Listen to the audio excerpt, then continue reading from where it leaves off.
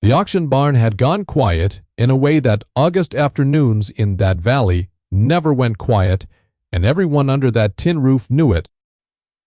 200 people, maybe more, pressed into the folding chairs and along the rails.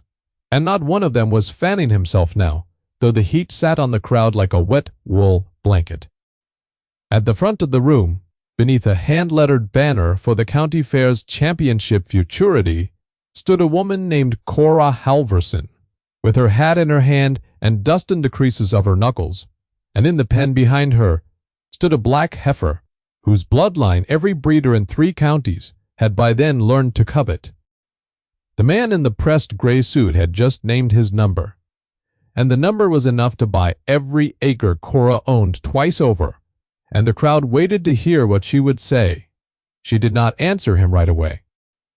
She looked out over the faces of the people who had laughed at her 4 years back, and she let the silence do what silence does.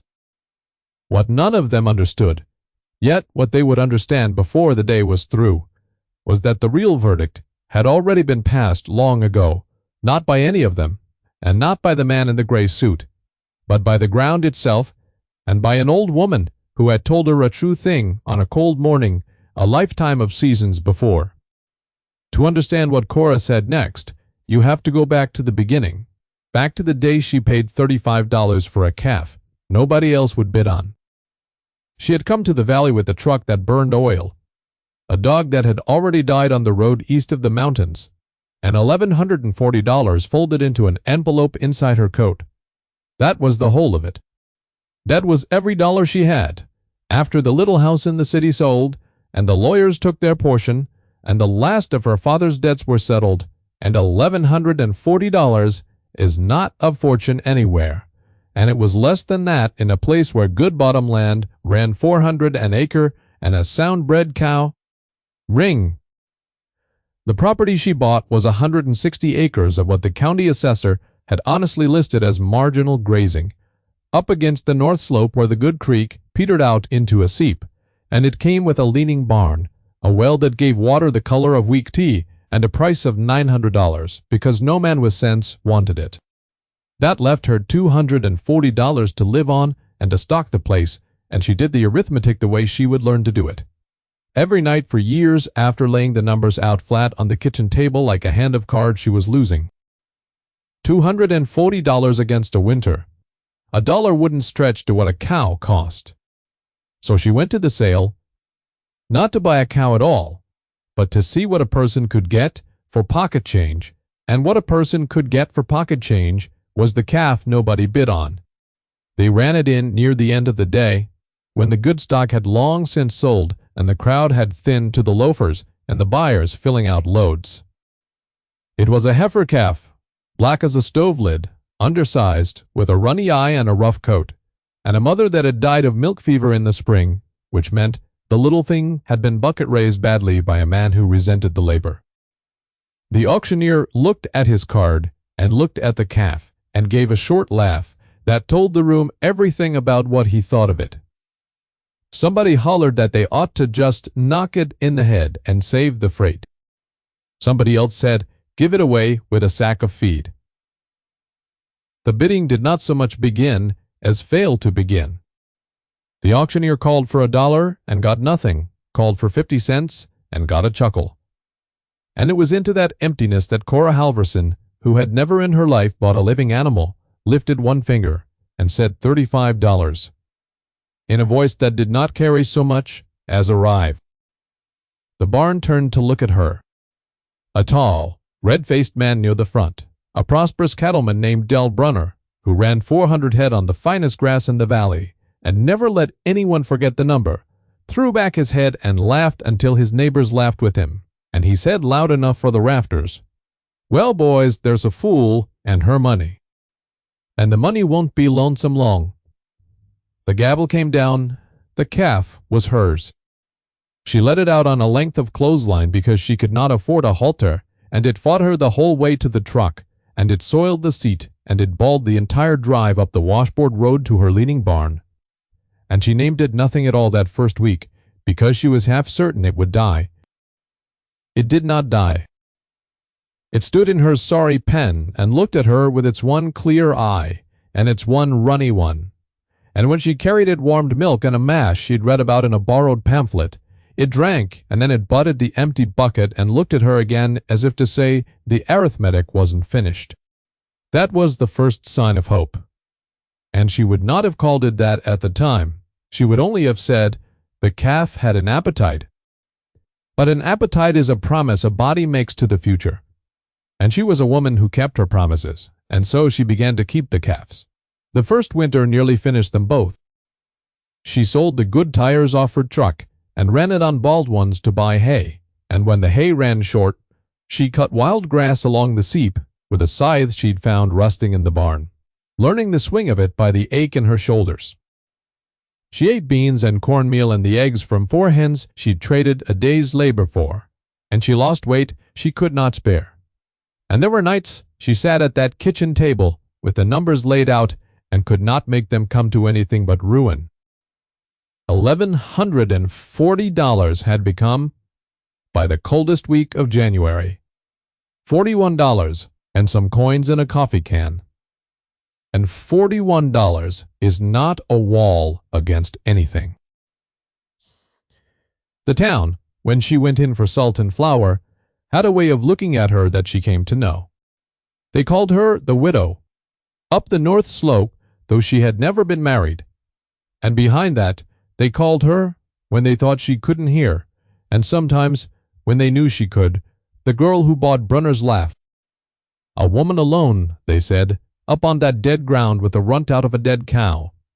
And they said it the way you'd remark on weather that was bound to turn bad.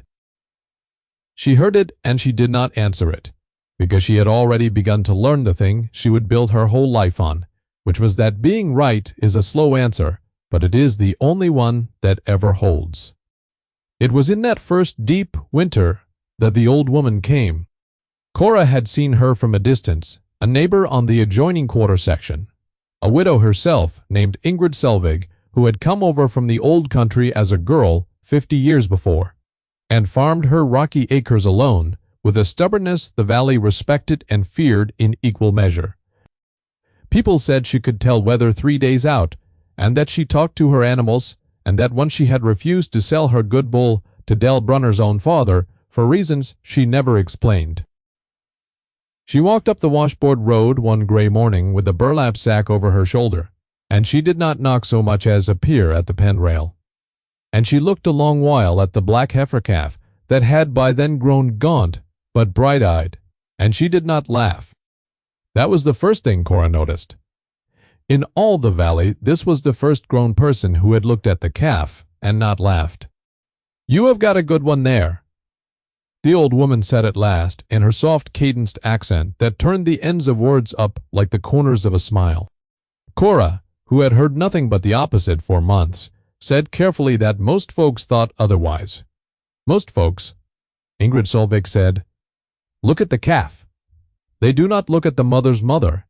And she leaned on the rail and told Cora what no man at that sale had bothered to know or say, which was that the dead cow, the milk fever cow that had thrown this runt and died, had been the last daughter of a line the old woman remembered from 30 years back, a line of small, hardy black cattle brought into the valley by a family long since broken up and scattered, cattle that were never big and never pretty and never won a ribbon, because ribbons in those days went to the tall and the fat.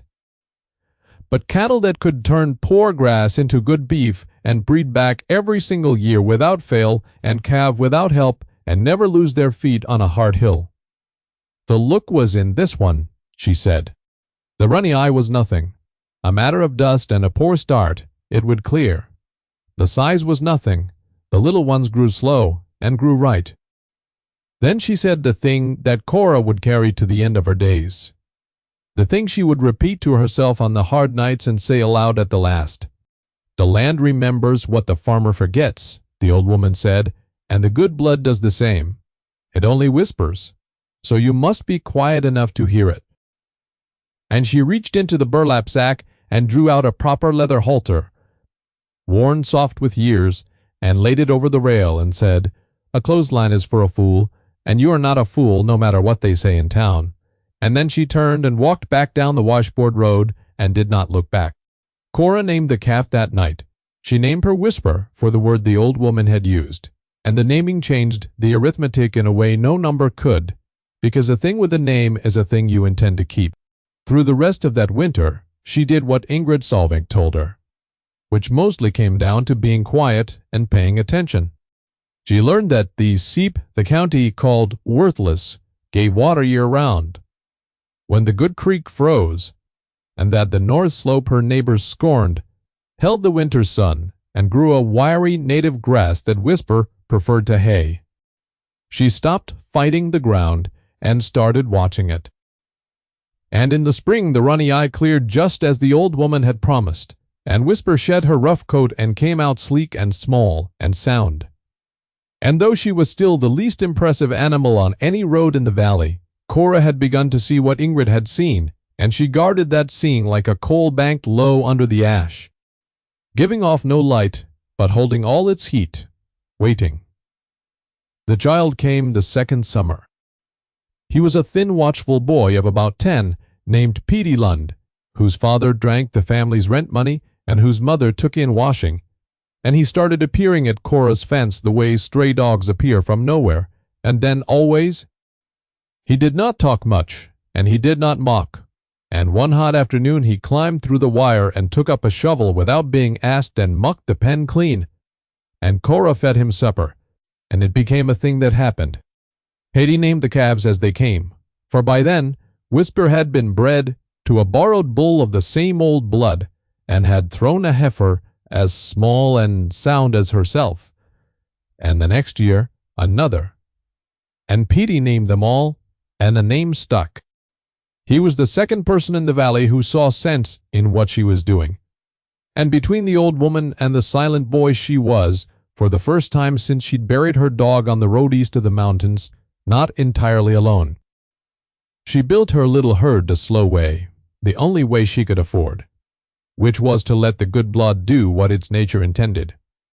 She kept every heifer and sold only the steers, and she sold those not fat and young the way the valley did, but grown out on grass to a firm and marbled beef that cost her almost nothing to make, because the animals foraged the slope her neighbors couldn't use.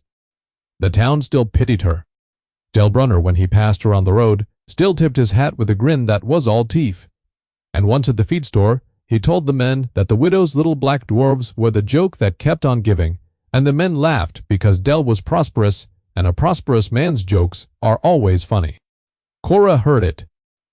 She had by then 11 head, where she'd started with 1, and a herd sire of her own raising named Solvik's boy after the old woman. And she had begun to notice something at the fair and the sales she could not yet afford to enter, which was that the tall, fat cattle everyone bred for had started to falter. They needed rich feed. The valley bought on credit. They calved hard and lost calves. They cost more every year to keep, and she kept quiet about it and banked her coal and waited. The first real vindication came from outside, the way it does, because a prophet is never believed at home. A cattle buyer named Amos Trent drove up from the packing operation 2 counties south, a blunt man who bought on quality and cared nothing for reputation, and he stopped at Cora's fence not knowing whose it was, and looked a long while at her grass-grown steers. He put his hands on one and felt along its back and its ribs the way a doctor reads a body, and then he named a price per pound that was nearly double the going rate, and when Cora, keeping her voice level though her heart was going, asked him why, he said the truth she had been waiting 4 years to hear from a stranger's mouth. "Because this is beef, ma'am," he said, "and most of what I buy is just weight." That check, when it cleared, was more money than she had held since the day the little house in the city sold, and she did not spend it. She entered the fair. She entered Whisper's granddaughter, a small, flawless black heifer named Juniper that Petey had named for the tree by the seep in the futurity that fall, and the valley laughed to see the widow's dwarf led into a ring of tall, fat show cattle, and then the valley stopped laughing. Because the judge that year was a man from the state college who had spent his life studying what actually made a beef animal. And he walked past the tall, fat cattle and he ran his hands over Juniper, and he stood her at the top of the class, and gave a short speech about correctness and function and the future of the breed that half the crowd didn't understand, and the other half understood too well. Juniper took the championship. She took it again the next year, and Solveig's boy sired the calf that took it in the county over, and word moved the way word does. Breeders who had laughed began to drive up the washboard road with checkbooks, wanting a heifer, wanting a straw of semen from the little black bull, wanting the blood the whole valley had once tried to knock in the head to save the freight. Cora sold carefully and kept the best, and the coffee can on the kitchen table gave way to an account at the bank in town, and the arithmetic that had once been a hand she was losing turned slowly, and then not slowly, into a hand she was winning. But she did not gloat, because the old woman had taught her that a coal that flares is a coal that dies, and she had learned to hold her heat. Then came the year the rains failed, and the failing of the rains was the crucible that the whole story had been building toward. It came on in the spring like the open door of a furnace, a dry wind out of the south that did not stop, and by June the good creek that the valley's prosperity was built on ran to gravel and stones, and the rich bottomland grass that the tall fat cattle needed curled and browned and gave up. The men who ran the big herds had bread for animals that could not live on little, and now there was little, and there was less every week. Del Brunner had 400 head in grass for 80, and the price of hay tripled, and then there was no hay at any price, and one by one, the great operations of the valley began to sell down their herds into a market so flooded with desperate cattle that a good cow brought less than Cora had paid for the runt at the sale. The valley was breaking, and on the north slope that everyone had scorned, the seep still ran because it always ran, and the wiry native grass that needed nothing still grew because it always grew, and Cora's small, hardy black cattle, bred for exactly this and nothing else, walked the hard hills on sound feet and turned the poor forage into good flesh and bred back and calved without help, just as an old woman had promised on a cold morning years before. She had grass, she had water. She had in a valley of dying herds, a living one, and she had the only bloodline in 3 counties that could be trusted to survive what was coming and pass that survival on. The arithmetic had inverted entirely.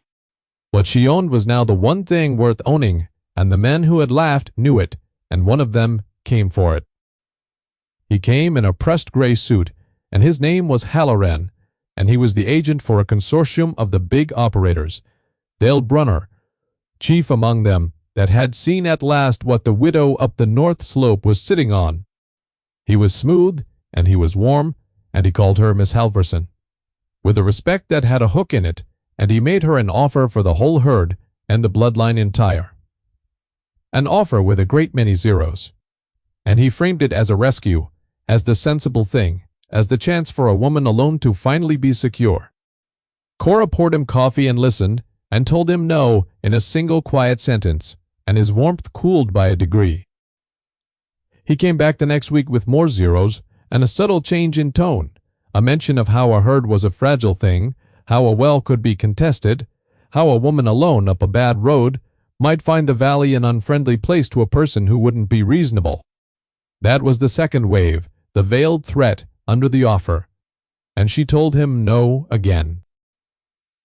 And then began the third and ugliest wave. The rumor sown careful and low, the whisper in town, that the widow was hoarding water that by rights belonged to the valley, that her cattle carried disease, that decent people were dying by inches while she sat on her hill and gloated. The rumor had Del Brunner's fingerprints all over it, and it turned enough of the desperate and the frightened that Cora, going into town for the salt she still needed, felt the old cold looks come back, sharpened now into something meaner. But the drought that made her a target also made her indispensable, and the two things could not both stand. The first crack came when Del Brunner himself, the loud man who had bought her a name with his laugh some years before, drove up the washboard road alone one evening with his hat literally in his hands. He was thinner than she had ever seen him, and older by 10 years than his age, and his 400 head were down to 40, and those 40 were failing. and he stood in her yard and could not at first make the words come. Then he made them. He needed grass, and he needed water, and he needed, though it cost him more to say than any of it, some of her blood in his herd, if he was ever going to build back into a country that had changed under him for good. And he could not pay for it. Not the 10th of what it was worth. Not now. He had come to beg from the woman he had taught the whole valley to mock, and he stood there, braced for her to name a price that would break him, the way he had tried to break her, because that was what he would have done, and both of them knew it. Cora looked at him a long time in the failing light, and she thought about the arithmetic, all of it, the $1,140 and the 41 in the coffee can and the 35 for the calf nobody bid on. And she thought about what the old woman had said about being quiet enough to hear, and she made her choice. But she did not make it to him alone, in a yard where it would be his secret to spend as he liked. She told him to come to the fairgrounds, to the futurity sale, and to bring the whole valley, because what she had to say, she meant to say to all of them at once. And that is how it came to be that on that airless August afternoon, 200 people sat under the tin roof and did not fan themselves, waiting to hear what the widow of the North Slope would do with the power the dying land had put into her calloused hands. Halloran was there in his gray suit, and he had a plan. And the plan was to buy the herd out from under the desperation of the crowd, to stand up and offer his consortium's great sum in front of everyone, so that no valley man could compete, and to make of Cora's bloodline a private empire that would sell survival back to the broken at whatever price it liked. He rose when she was brought to the front, and he made his offer loud, the number with all its zeros, and he added, warm as ever, and certain he had won, that of course the herd was exactly what he'd valued it at all along, right down to the 63 head she was running on the slope, and the 14 bred heifers among them. And in the hush that followed his own words undid him, because Cora had never in her life told a single soul her count, had never posted it or sold it or spoken it, and there was only one way a man in a gray suit could know. She ran 63 head with 14 bred heifers, and that was by having someone up on her hill in the dark counting what was hers. She said it plainly into the quiet. 63 head? She said, 14 bred. You have a good eye for a man who's never once been on my land in daylight. Now, who told you, Mr. Halloran, or did you climb the fence yourself? And the barn understood all at once, and understood, too, the rumors and the whispers and the shape of the thing that had been done to a woman alone, and the warmth went out of the gray suit like heat out of a stone at dusk. Then Cora Halverson turned her back on the man and his zeros and spoke to the valley that had laughed at her. And she did not gloat, and she did not gouge, because a coal that flares is a coal that dies. She said she would not sell the herd, not to him, and not to any consortium, not for all the zeros in the state, because the blood in these cattle had come up out of this ground and been given her by an old woman who believed it should serve the valley and not one man's pocket. She said any breeder in the valley who wanted the blood could have a bred heifer or a straw from Solveig's boy at a price she named, and the price was so low the crowd murmured, low enough only to cover the labor and the feed and the keeping. Because, she said, the blood itself was never mine to sell. It was only mine to keep, and to pass on, the way it was passed to me. And she said the grass on the north slope, and the water in the seep, would be open to any neighbor who needed it while the drought held, and they would pay for it by the same measure, in labor, in a day's work, fixing the fence they grazed behind, and nothing more. The land, she said, remembers what the farmer forgets. It was time the valley remembered it too. The reversal came the way the old woman said the important things always came, in a whisper, and then all at once. Del Brunner was the first to take off his hat, and he held it against his chest, and he said in a broken voice, loud enough to carry that he had been a fool for years, and this woman had never once been the fool, and he had come to buy her mercy and been given it for free, and God forgive him. And then the hats came off, all across the barn, the loafers and the buyers, and the men who'd laughed, and Halloran of the gray suit stood alone in a room that had turned its back on him, and he gathered his papers and his zeros, and walked out into the furnace heat, and the valley let him go without a word, defeated not by any weapon, but by a woman's plain decency, which is the only thing greed has never learned to buy. Cora sold her bred heifers that day at her low price to the men who had scorned her, and she signed her seep and her slope over to the valley's use for the price of a day's honest work. And the herd she kept, the core of the old blood, she kept. The rains broke that September, 3 days after the old woman told her they would. Ingrid Solvig walked up the washboard road one last time, older and slower, but with the same soft turn at the ends of her words. And she stood at the fence with Cora and the boy Petey, who was near grown now, and had a herd of his own coming from a heifer Cora had given him. And the three of them watched the water come back into the seep and the slope go green under the returning sky. And Whisper's great-granddaughter, a small black heifer as sound as her line had ever been, nosed a day-old calf to its feet in the wet grass. The old woman looked at the calf a long while, and she did not laugh, and she said the thing she had said on the cold morning years before, the thing Cora had carried through every hard night and every low arithmetic and every scornful look in town. "The land remembers what the farmer forgets," she said, "and the good blood does the same. It only whispers. And you, Cora Halverson, you were quiet enough to hear it." And Cora, who was no longer the widow up the north slope, nor the girl who bought Brunner's laugh, nor a woman alone, but simply a respected fixture of a valley that had learned better, stood in the green and the wet, with her calloused hands on the fence rail, and herded still. $35, she thought, for the calf nobody bid on. It was the finest arithmetic of her life, and it had never once been about the money.